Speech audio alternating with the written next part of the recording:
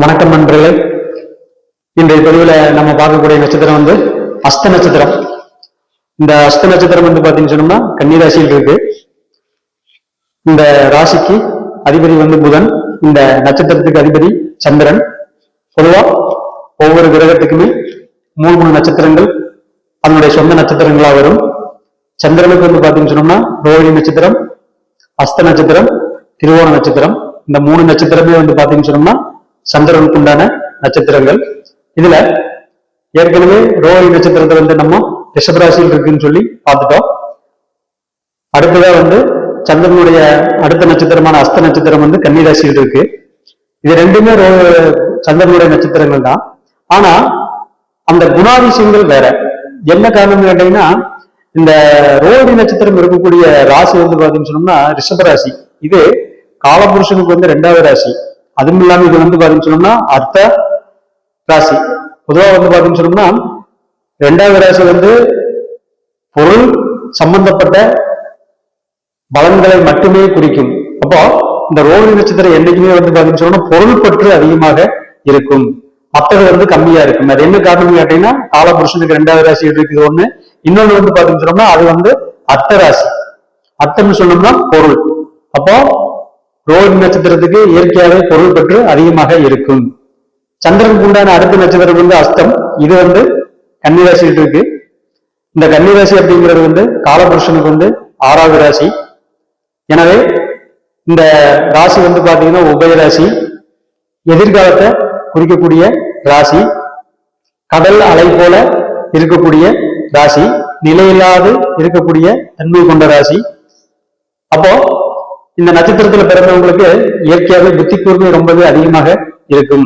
என்ன காரணம்னா அந்த ராசியில புதன் உச்சமாகிறார். சந்திரன் பாத்தீங்கன்னு சொன்னோம்னா தன்னுடைய மகன் வீட்டுல இருக்கார். சந்திரன் அறிவு, புதன் புத்தி. அப்போ இயற்கையாகவே அஸ்த நட்சத்திரத்துக்கு புத்திசாலித்தனமும் இருக்கும், அறிவு கூர்மையும் இருக்கும். இது ரெண்டுமே அவங்களுக்கு ரொம்பவே நல்லாக இருக்கும்.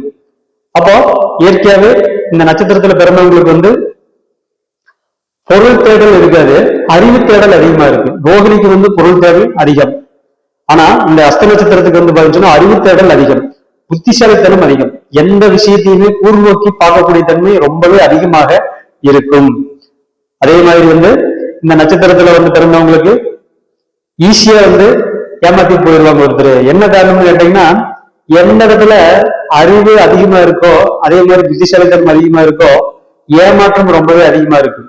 என்ன காரணம் கேட்டீங்கன்னா, அவங்க தன்னுடைய அறிவை மட்டுமே நம்புவாங்க, மற்றவங்களை குறைவா இடம் போட்டுருவாங்க.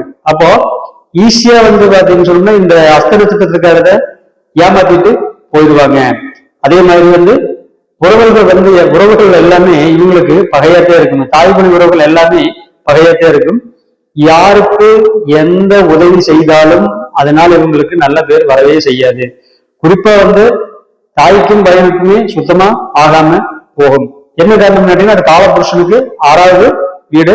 சந்திரன் நாலாவது வீட்டுக்கு உண்டான கிரகம். அவனுடைய நட்சத்திரம் அங்க இருக்கிறதுனால தாய் வழி உறவுகளையும் பாதிக்கும், தாய் வழி உறவுகளையும் பாதிக்கும், தாயாருக்கு உண்டான உறவையும் பாதிக்கும். அதே மாதிரி பாத்தீங்கன்னு சொன்னா இந்த நட்சத்திரத்துக்காரங்களுக்கு விவசாயம் சம்பந்தப்பட்ட விஷயங்கள் நல்லா வருங்க. அதே மாதிரி தரகு சம்பந்தப்பட்ட விஷயங்கள் நல்லா வரும். எப்பவுமே அடுத்தவங்களுக்கு பாத்தீங்கன்னு சொன்னோம்னா ஆலோசனை சொல்லக்கூடிய விஷயங்கள் நன்றாக வரும். இன்னொன்னு, இந்த நட்சத்திரக்காரங்க எதிர்காலத்தை பத்தி ரொம்பவே அதிகமா பிளான் பண்ணுவாங்க. எதிர்கால கற்பனை இவங்களுக்கு ரொம்பவே அதிகம். என்ன காரணம்னா, சந்திரன் இயற்கையாவே கற்பனைக்கு உண்டான கிரகம். அந்த சந்திரனுடைய நட்சத்திரம் புதனுடைய வீட்டுல இருக்கிறதுனால அவங்களுடைய பிளான் எல்லாமே பாத்தீங்கன்னு சொன்னோம்னா ஃபியூச்சர் பத்தியாவே இருக்குங்க. இப்ப நடக்கிறது என்னமோ அதை பத்தி யோசிக்கவே மாட்டாங்க. வருங்காலத்தில் என்னென்ன பண்ணணும், எப்படி எல்லாம் பண்ணணும், இதை பத்தியே தான் அவங்களுடைய பிளானிங் இருக்கும். அதே மாதிரி இந்த நட்சத்திரத்துக்கு பாத்தீங்கன்னு சொன்னோம்னா இயற்கையாவே ஒரு நல்ல குணம் என்னன்னு கேட்டீங்கன்னா, அடுத்தவங்களை தட்டி கொடுத்து வேலை வாங்குறது. பொதுவா புதன் பாத்தீங்கன்னா புத்திசாலித்தனத்துக்கு சொல்லியிருக்கோம். அப்போ இந்த சந்திரனம் அங்க இருக்கும்போது அடுத்தவங்களுடைய ஈஸியா ஒருத்தரை ஏமாத்தி வேலை வாங்கிடுவாங்க. அப்போ அஸ்த நட்சத்திரத்துக்கிட்ட எப்பவுமே பழகும் போது ரொம்ப கவனமா பழகணும். அதே மாதிரி அவங்ககிட்ட வேலை செய்யும் போதும் கவனமாக பழகணும். எப்பவுமே அந்த அறிவும் புத்தியும் இருக்கிறவங்க உடல் உழைப்ப விரும்ப மாட்டாங்க. அப்ப இயற்கையாவே அஸ்த நட்சத்திரத்துக்கு அறிவும் இருக்குது, புத்தியும் இருக்குது. அதனால உடல் உழைப்பை விரும்பாம மூளை பலத்தை மட்டுமே யூஸ் பண்ணி செய்யக்கூடிய வேலைகள்ல அவங்களுக்கு கவனம் அதிகமாக போகும்.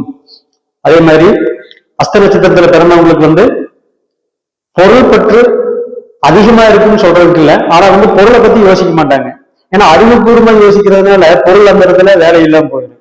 அதே மாதிரி இந்த நட்சத்திரத்துல பிறந்தவங்க யாருன்னு பாத்தீங்கன்னா சாவித்திரி, சத்தியவான் சாவித்திரி.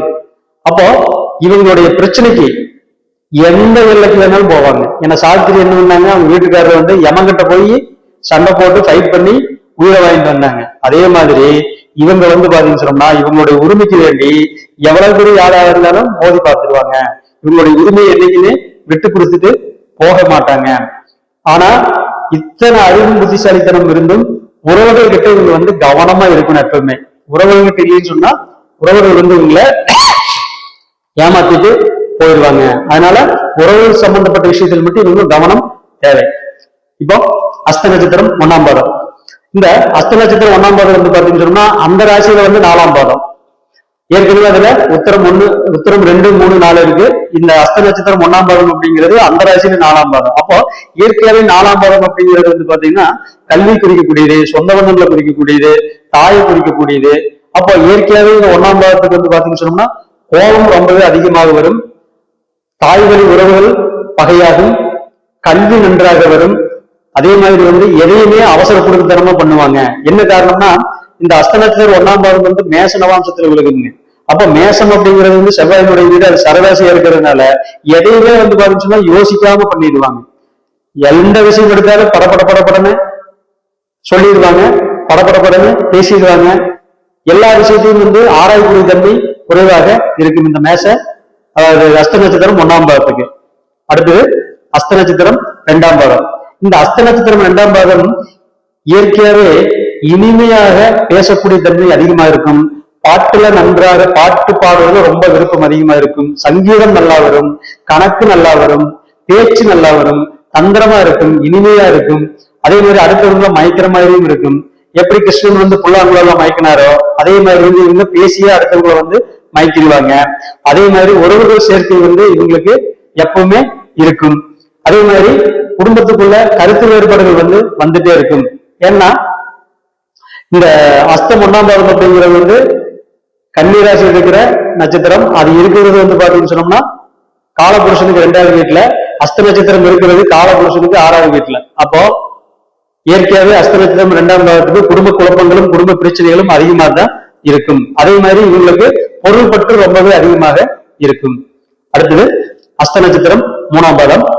இந்த அஸ்த நட்சத்திரம் 3ஆம் பாதம் வந்து பாத்தீங்கன்னா நவாம்சத்துல வந்து புதனுடைய நவாம்சத்தில் விழுகுங்க. அதாவது வந்து மிதுன நவாம்சத்தில் விழுகு. இயற்கையாவே வந்து மிதுன நவாம்சம் சந்திரன் வந்து பிளஸ் புதன். அப்போ 2 புதனும் ஒரு சந்திரனும் சேர்றதுனால இயற்கையாவே வந்து அறிவுக்கூர்மை ரொம்பவே அதிகமாக இருக்கும். அடுத்தவங்க ஈஸியா ஏமாத்தி போயிடுவாங்க. இவங்களும் சீக்கிரம் ஏமாந்துருவாங்க. எந்த அளவுக்கு இவங்களுக்கு டேலண்ட் இருக்கோ அந்த அளவுக்கு வந்து பாத்தீங்கன்னு சொன்னா முட்டாள்தனமாகவும் ஒரு சில சமயத்துல செயல்படுவாங்க. உறவுகள் சீக்கிரம் இவங்களுக்கு பகையாயிரு. உறவுகள்னால இவங்க ஏமாத்தப்படுவாங்க, பொருள் விரயமாகும். அதே மாதிரி சொத்தை வந்து தேவையில்லாம வந்து பாத்தீங்கன்னு சொன்னா அடுத்தவங்களுக்கு வித்துருவாங்க. ஈஸியா வந்து இவங்க இந்த டாக்குமெண்ட்ல சைன் பண்றது பார்த்து போடணும், செக்லீப் எல்லாம் கொடுக்கறது பார்த்து கொடுக்கணும், அடுத்தவங்களுக்கு முன்ஜாமீன் வந்து போடக்கூடாது. இதெல்லாம் பண்ணாங்க இவங்க கண்டிப்பா போய் சிக்கிக்குவாங்க. அடுத்தது அஸ்த நட்சத்திரம் 4ஆம் பாதம். இந்த அஸ்த நட்சத்திரம் 4ஆம் பாதம் வந்து பாத்தீங்கன்னு சொன்னா எப்பவுமே மிக மிக சிறப்பானது. என்ன காரணம் கேட்டீங்கன்னா நவாம்சத்துல வந்து சந்திரனுடைய நவாம்சத்தில் விழுகு, கடக நவாம்சத்தில் விழுகு. அப்போ இந்த சந்திரனுடைய நட்சத்திரம் சுய நவாம்சத்தில் விழுகிறதுனால இயற்கையாவே அவங்களுக்கு வந்து அறிவுக்கூர்மை ரொம்ப அதிகமாக இருக்கும், நல்ல கருணை மனம் அதிகமாக இருக்கும், அடுத்தவங்களுக்கு ஹெல்பிங் பண்ணக்கூடிய தன்மை அதிகமாக இருக்கும், யாரையுமே ஏமாற்ற மாட்டாங்க, மென்மையான குணம் உள்ளவங்களா இருப்பாங்க. எப்பவுமே வந்து அடுத்தவங்களுடைய சொத்துக்கு ஆசைப்படாம இவங்க அடுத்தவங்களுக்கு ஹெல்ப் தான் பண்ணுவாங்க. அடுத்தவங்க கிட்ட இவங்க சொத்தை பொருள்கிறதோ இல்ல மற்றவங்களை ஏமாத்தி வாங்குறதோ அந்த மாதிரி வேலைகளை இவங்க பண்ண மாட்டாங்க. ஆனா 3வது பாதத்துக்கு இந்த குணம் எல்லாம் உண்டுங்க. ஆனா 4ஆம் பாதத்துக்கு இந்த குணம் எல்லாம் கிடையாது. இன்னொன்னு இந்த அஸ்த நட்சத்திரம் 4ஆம் பாதம் எப்பவுமே சொந்த பந்தங்களுடைய சேர்க்கையை எதிர்பார்க்குங்க, சொந்த பந்தங்களுக்கு வேண்டி ஏங்குங்க. அதே மாதிரி கல்வியில முதலாளா இருப்பாங்க, நல்ல வாகன வசதிகள் அமையும், நல்ல வீடு அமையும், நல்ல சொந்த பந்தங்கள் அமையும்.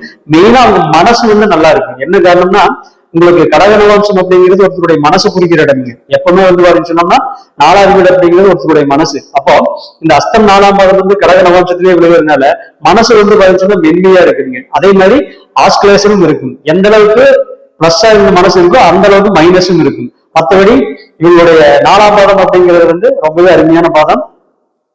அவங்களுடைய எண்ணங்கள் எல்லாமே நன்றாகவே இருக்கும். நன்றி, வணக்கம்.